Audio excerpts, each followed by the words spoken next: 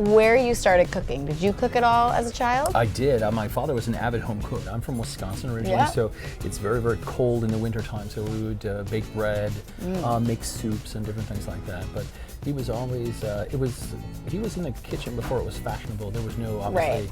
There weren't a lot of dads in the kitchen. Not a lot of dads in the kitchen, not like now. You love pasta now. So what were some of like those early things that you would make? The variety definitely would be fettuccine or linguine or spaghetti. But no, pasta at home was always something that was more meat-based, being landlocked. Right. In Wisconsin. Being in the Midwest. Exactly. So it would be Italian sausage and cream. And then when I started working at Spiaggia, then I would come home maybe like once a month or something like that to do my laundry or something like that. And see the folks. See the folks. Get the laundry. And I'd always have to make a pasta when I would get there. And so how did your Midwestern background affect your cooking? And how does it still affect your cooking? Well, I think it's sensibility. I think that, that one thing is that obviously in the Midwest portions are bigger. We have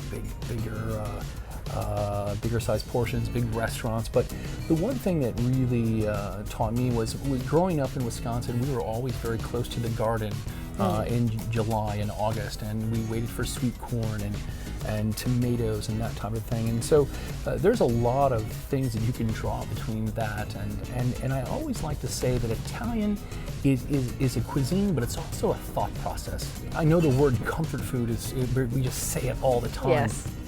And especially about the Midwest. Yes, about the Midwest. And so, you know, the casseroles or these things that were braised. So you can draw comparisons to things such as like patafu or bollito misto, or kind of a ham hock cooked with vegetables and potatoes like you would do in the Midwest.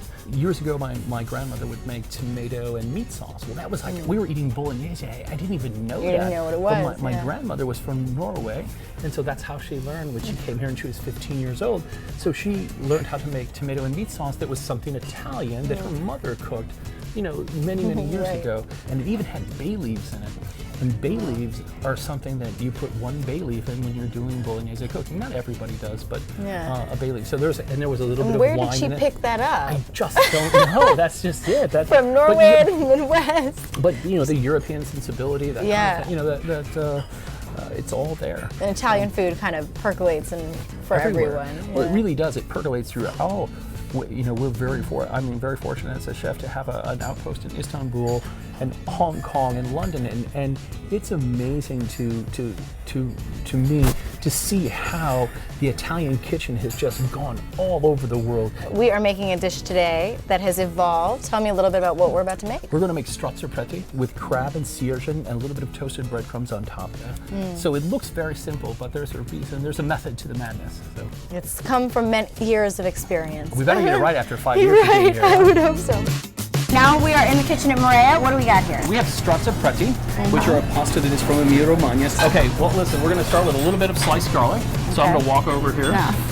So I can't help you with that. No, you can help me, of course. Got garlic and olive oil. And so we slice the garlic on a mandolin because that way the garlic cooks the same rate with whatever we're doing. So you're getting that really kind of that Southern Italian, almost burned tinge. You smell that just a little bit, but it smells it's great. Just toasting.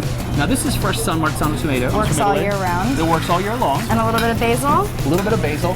And literally we're cooking this, and I really like to say the kind of cooking that we do is very much a low energy cooking. So we're going to come back to the stove here. All right. And we're really doing this a la minute. So you really want to cook the tomatoes down? Just a little bit, but not too aggressive. Right. Okay. We're going to splash of white wine, and it's very important that you do this in the beginning to get the evaporation of the wine out, because you don't want to have the alcohol kind of right behind it. Okay? Safe for the kids. Most definitely safe for the kids. And then we have a little bit of lobster stock. Then we put shells that we get from the crab and the lobsters. Bring it down, a little garlic and chili. So we're really building on flavors the whole time. So make sure you have a very good seafood stock. Get seafood stock. You can use fish stock. So now we're going to drop the pasta. Okay. Okay. Go ahead. Right inside. All right. Now this is fresh and pasta. So they're not. So it cooks very quickly. Right. Okay. So this one we have this reduced down. And we're going to add a little bit of sea urchin now. Great. And this sea urchin is from Santa Barbara. It's poaching the sea urchin right now. So now we'll lightly cook this because sea urchin is very much, it's just like an egg, and you don't want to overcook very delicate. Very delicate. Yeah, so you don't, so really be careful, don't add that too early. Right. So as you can see, this pasta now has already come to the top. It's that fast. So you go right inside here. Perfect. And now we'll add the crab at the end because crab is cooked. And then we're just going to slowly bring this together. And the natural starch from the pasta, see how it starts to thicken? Right. People think we put lots of butter and lots of things in here. It's just the pasta. And now we'll add a little bit of extra virgin olive oil. And what we do, we call mantecare, or to mix in. Okay. And now we're going to go to the plate. So simple, yet so delicious. Well, that's really the hallmark of Italian cooking. So now we've almost finished the pasta, but we're going to add a little bit of mollica, which are toasted breadcrumbs, day-old bread with garlic and chilies and parsley, and it adds a really, really nice texture to the top of the pasta. Well, good. Well, should we go eat it? We should go try it out. Let's definitely go eat this. So tell me about your role in this dish. Well, Michael and I together, kind of before we opened Marea, went and traveled around Italy. Together we kind of found something similar to this in Amalfi, I believe it was. The one thing is this pasta started out first in inception as being a long pasta with spaghetti alla chitarra, or the chitarra type of square pasta. At Marea, we're constantly sharing pastas.